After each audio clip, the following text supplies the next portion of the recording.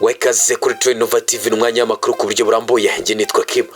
Tutajya tubwira ko Perezida wa Repubulika y'u Rwanda Paul Kagame yahaye ikaze mu Rwanda mugenzi we wa Kazakhstan Jasmijomata nyuma yo gusinya amasezerano y'ubufatanye hagati y'ibihugu byombi harimo n'ajyanye n'ubucuruzi bw'amabuye y'agaciro. Ku munsi w'ejo nibwo Perezida Kagame yatangiriye uruzinduko rw'akazi muri Kazakhstan.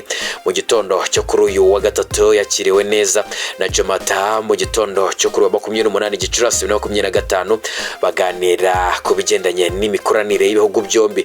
Iki kiganiro cyakurikiwe n'isinywa ry'amasezerano y'ubufatanye hagati y'abaminisitiri bahagarariye u Rwanda muri Kazakhstan yo guteza imbere ubucuruzi, ikoranabuhanga, ubuhinzi, ubucukuzi bw'amabuye y'agaciro. Mu kiganiro n'itangazamakuru, Perezida Kagame yavuze ko umugenzi we Perezida wa Kazakhstan witwa Jomata bagiranye ibiganiro bitandukanye bigendanye n'umusaruro. Avuga ko kandi ibihugu byabo ari inshuti nziza kandi ko bashaka amahirwe ari mu bufatanye. Mu yandi makuru ari kuvugwa, reka nkubwire ko umujyi wa Kigali waje ku mwanya wa kabiri mu mijyi ya Afurika yakira inama n'ibikorwa mpuzamahanga, mu gihe u Rwanda rwashyizwe ku mwanya wa gatatu mu bihugu byiza ku mugabane wa Afurika mu kwakira bene ibyo bikorwa, nk'uko byatangajwe n'ishyirahamwe mpuzamahanga ry'inama n'amakoperative iryitwa International Congress and Convention Association cyangwa se ICCA. Ni ku nshuro ya gatanu yikurikiranya Kigali igumye kuri uwo mwanya, ikaba yarimaze kwigarurira izina nk'umujyi wizewe kandi wifuzwa n'abategura inama n'ibikorwa bikomeye ku rwego mpuzamahanga. Mu itangazo ikigo cy'u Rwanda gishinzwe guteza imbere ubukerarugendo bw'ibikorwa, Rwanda Convention Bureau cyangwa se RSB, cyashyize ahagaragara ku wa kabiri tariki ya 27 Gicurasi, cyagaragaje ko kuba u Rwanda ruhora mu myanya ya mbere ari ikimenyetso cy'uko rufite icyizere ruhabwa n'amasosiyete n'imiryango itegura inama z'isi hose. RSB yakomeje kandi ivuga ko izo mpinduka zituruka ku ngingo zitandukanye zirimo politike ya visa ihabwa abantu bose bageze mu Rwanda, visa on arrival, niko byiswe ko bigendanye n'ino gahunda kwaguruka rero kw'ingendo za Rwanda ku rwego mpuzamahanga n'ibikorwa remezo bikomeye Kigali ifite byo kwakira inama birimo Kigali Convention Center, BK Arena, Stade Amahoro na Intare Conference Arena. Ibi byumba n'amazu yakira inama byakira ibikorwa binini bikomeye mu mutekano usesuye no mu buryo bugezweho. Mu mwaka wa 2024 Rwanda rwakiriye abashyitsi barenga 52 bitabiriye inama n'ibikorwa bitandukanye bituma haboneka amadovize asaga miliyoni 84 z'amadolari Leta Zunze Ubumwe za Amerika yaturutse mu bukerarugendo bushingiye ku bikorwa byo kwakira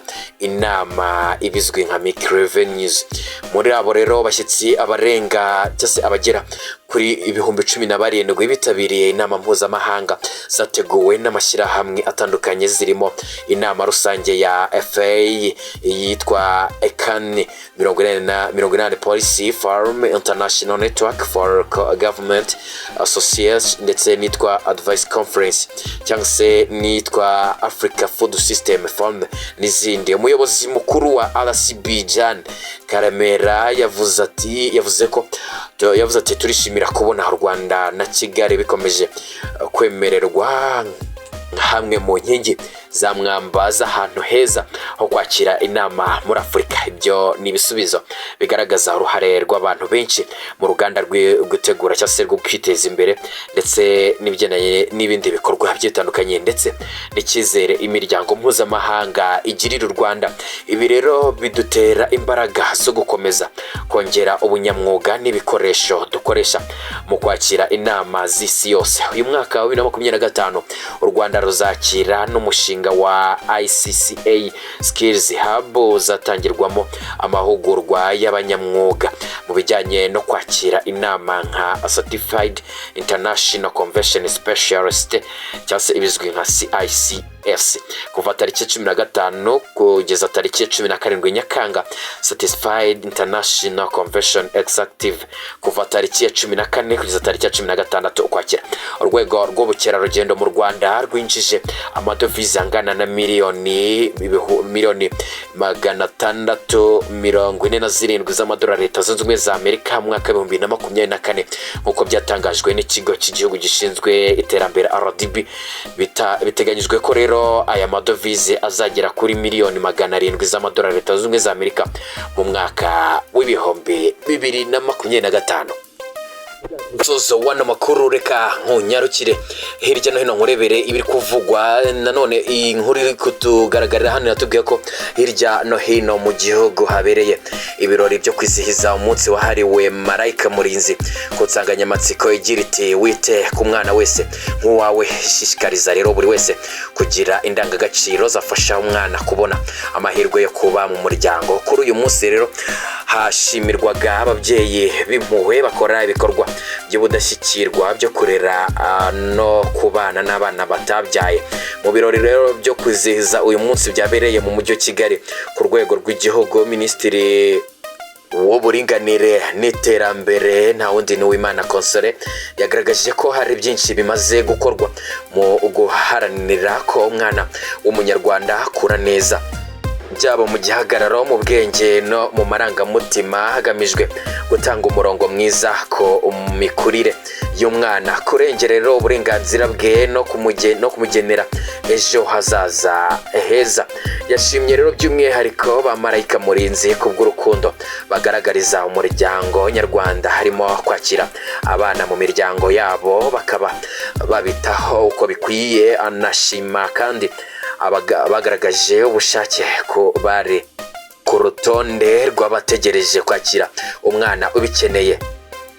Minisitiri Uwimana Console kandi yasabye abanyarwanda gukomeza kwirinda imigirire mibi mu miryango, barimo amakimbirane, ubusinzi ndetse n'ibindi bikorwa bibi bigira ingaruka mbi ku mwana wakuriye muri uwo muryango, harimo kugwingira, guta ishuri, bakajya mu buzererezi no mu biyobyabwenge. Yagize ati mu muryango niho buri wese akura urukundo n'uburere bimufasha kuzavamo umuntu w'ingirakamaro ku muryango we no ku gihugu muri rusange. Dukumire rero icyo ari cyo cyose cyatuma umwana ava mu muryango we.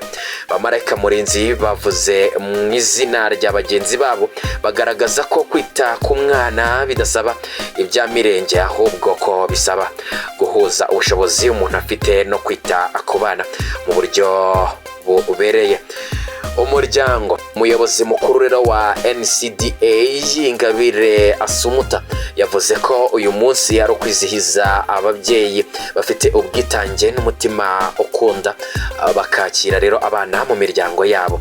Ati turashimira uburere bwiza babatoza bagakura ari abana beza bafite umuco, urukundo n'intego bagomba kuba bagezeho ku buryo vamo abanyarwanda bahazaza beza. Netwa Kimuye Trend Nova TV n'amakuru abari kuvugwa hirya no hino. Reka mbabwire yuko ntacyo tutazabagezaho. Ndabashimiye cyane abari bateze amatwi ano makuru.